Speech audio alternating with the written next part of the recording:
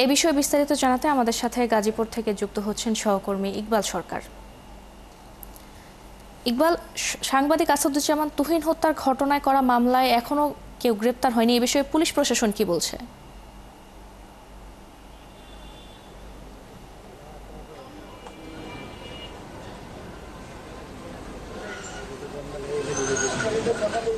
সাংবাদিক তুহিন হত্যা মামলায় এখনো পর্যন্ত গ্রেপ্তার হয়নি। পুলিশ বলছে যে তারা গ্রেপ্তারের জন্য চেষ্টা করছে, তাদের চেষ্টা অব্যাহত রয়েছে। কিন্তু গতকাল যে ঘটনাটি ঘটেছে অনেকটা একেবারে দিবালোকের মতো, যদিও সন্ধ্যার পরের ঘটনা।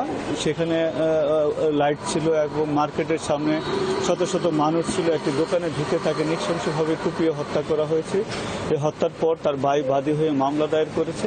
পুলিশ যদিও যে মরদেহ উদ্ধার করেছে, পুলিশের কিছু খামখেয়ালি আমরা এখনো পর্যন্ত লক্ষ্য করছি। শুধু গ্রেপ্তারের বিষয় না, আমরা জেনেছি যে এখনো পর্যন্ত ময়নাতদন্ত শেষ করা সম্ভব হয়নি, শুধু পুলিশের খামখেয়ালি কারণে। কারণ যারা ময়নাতদন্ত করবেন চিকিৎসক দল, তারা সকাল 9টার পরপরই হাসপাতালে চলে এসেছেন। কিন্তু পুলিশের যে কাগজপত্র আসার দরকার হয় বা পুলিশের যে উপস্থিতি দরকার হয়, তাদের আসার কারণে, পুলিশের খামখেয়ালির কারণে এখনো পর্যন্ত ময়নাতদন্ত শেষ হয়নি। এবং ময়নাতদন্ত শেষ করে জুমার নামাজের পর চান্দনাচড়া ঈদগাহ ময়দানে সেখানে জানাজার নামাজ অনুষ্ঠিত হওয়ার ঘোষণা ছিল।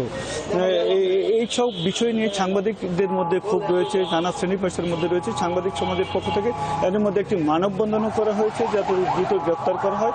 আমাদের মধ্যে সাংবাদিক সমাজের একজন প্রতিনিধি, যিনি কিনা গাজীপুর টেলিভিশন সাংবাদিক ক্লাবের সভাপতি এবং চ্যানেল আইয়ের গাজীপুরে প্রতিনিধিত্ব করেন, তিনি রয়েছেন। তার সাথে কথা বলবো যে আসলে আপনারা এইটা কিভাবে দেখছেন এবং কেন এখনো পর্যন্ত কেউ গ্রেপ্তার হচ্ছে না মনে করেন, আপনাদের কি দাবিটা?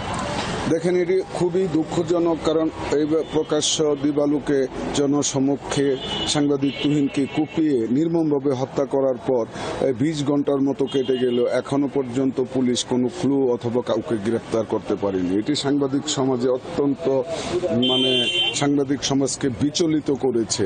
আর যেটি সবচেয়ে আমাদের আশাহত হওয়ার কারণ, সেটি হচ্ছে যে জুমার নামাজের পরে ওই ঈদগাহ ময়দানে তার জানাজা হওয়ার পরে দেশের বাড়িতে তাকে কবরস্থ করার কথা, কিন্তু ডাক্তার এবং স্বজনরা সকাল 8টা থেকে এসে বসে রয়েছে। আর এখনো পর্যন্ত আমরা খোঁজ নিয়ে দেখেছি যে পুলিশের অনুপস্থিতি বা তাদের যে ক্লিয়ারেন্স লাগে সেটির কারণে এখনো পোস্টমর্টম হচ্ছে না। আপনি শুনছিলেন যে সাংবাদিক সমাজে ক্ষুব্ধ, শুধু সাংবাদিক সমাজ নয়, সমাজের নানা শ্রেণী মহলে চাচ্ছেন যে দ্রুত খুনিদের গ্রেপ্তার করা হোক, বিচারের মুখোমুখি করা হোক। ধন্যবাদ ইকবাল আমাদের সাথে যুক্ত হওয়ার জন্য।